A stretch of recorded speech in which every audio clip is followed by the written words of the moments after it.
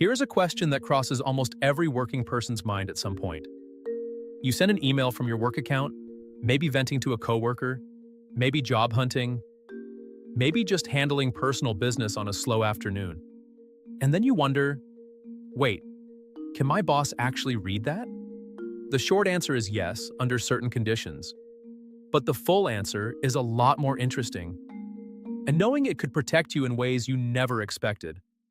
Today, we are breaking down exactly what employers can and cannot do when it comes to reading your work emails, what federal law says, and what extra protections might exist where you live. Stick around because this stuff matters more than most people realize. Let us start with the uncomfortable truth. If you are sending emails through a company email account, on a company device, or over a company network, your employer generally has the legal right to read those messages. This comes directly from the Electronic Communications Privacy Act of 1986, which is the primary federal law governing this area. That law includes what is called the ordinary course of business exception. In plain English, that means employers can monitor communications happening on their own systems when there is a legitimate business reason for doing so. Things like preventing data leaks, ensuring compliance, investigating misconduct, or protecting company assets all qualify as legitimate business purposes. So if you ever thought your work inbox was a private journal, federal law says otherwise. The Stored Communications Act backs this up as well. It provides some privacy protections for electronic communications, but it also allows employer monitoring when a legitimate business purpose exists. The key phrase in both laws is legitimate business purpose. Employers cannot just snoop around because they feel like it. There has to be a real reason tied to running the business. Here is where a lot of people do not realize there is an actual legal requirement working in their favor. Under the Electronic Communications Privacy Act, employers are not supposed to just secretly monitor your email without any warning. The law allows monitoring on the employer's system specifically when a written policy notifies employees that monitoring is happening. That is not just a best practice. It is a legal condition that makes the monitoring permissible in the first place. Employers must have a written monitoring policy and generally should provide notice to employees before beginning email monitoring. That means if you started a job and signed an employee handbook, there is a good chance you acknowledged a monitoring policy somewhere in that paperwork.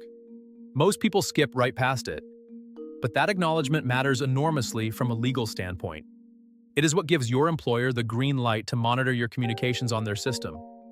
So the next time you are onboarding somewhere, it is worth taking a few extra minutes to actually read those policies. You will know exactly what you agreed to. Now here's the part that surprises a lot of people. Just because you are using a company laptop or company Wi-Fi does not automatically mean your employer can read everything.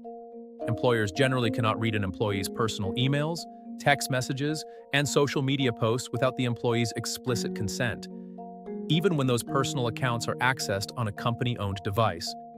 This is an important distinction. The device being company property does not erase your privacy rights in your personal communications. Federal law and most state laws recognize a difference between what flows through the employer's system and what is your personal account running through that same device. So if you log into your personal Gmail on your work computer to check on something, that is not the same as sending a work email. Your employer would generally need your consent to access that personal account. Of course, some employers do include language in their monitoring policies that attempts to capture even personal use on company devices. That is why reading those policies carefully matters so much. Federal law sets the baseline, but in most states, workers have additional protections that go beyond what federal law requires. While we cannot name every specific state here, it is worth knowing that several states have passed laws with much stricter notification requirements. In some states, employers must provide written notice about all forms of electronic monitoring, post conspicuous notices in the workplace, and obtain a signed acknowledgement from every employee before monitoring begins. In some of those states, violations come with escalating financial penalties for repeat offenses. In one large Western state, employers must prove that an employee actually consented before accessing or monitoring personal email, even on company-owned hardware. That is a significantly higher bar than federal law sets. The takeaway is that depending on where you work, your protections may be considerably stronger than what federal law alone provides. If you live in a state with stricter rules, your employer has more legal hoops to jump through before they can monitor your communications. Let us put this together with a real scenario. Imagine someone named Marcus. Marcus works remotely for a mid-sized company and uses his work laptop every day. He uses his work email to handle business, but sometimes he also logs into his personal email account on the same machine to handle personal matters. One day, Marcus gets called into a meeting where his manager references something he said in a personal email. Was that legal? Under federal law, probably not, unless Marcus signed a policy explicitly consenting to monitoring of personal accounts on company devices. If Marcus is in a state with stronger notification laws and never received proper written notice, his employer may have violated state law as well.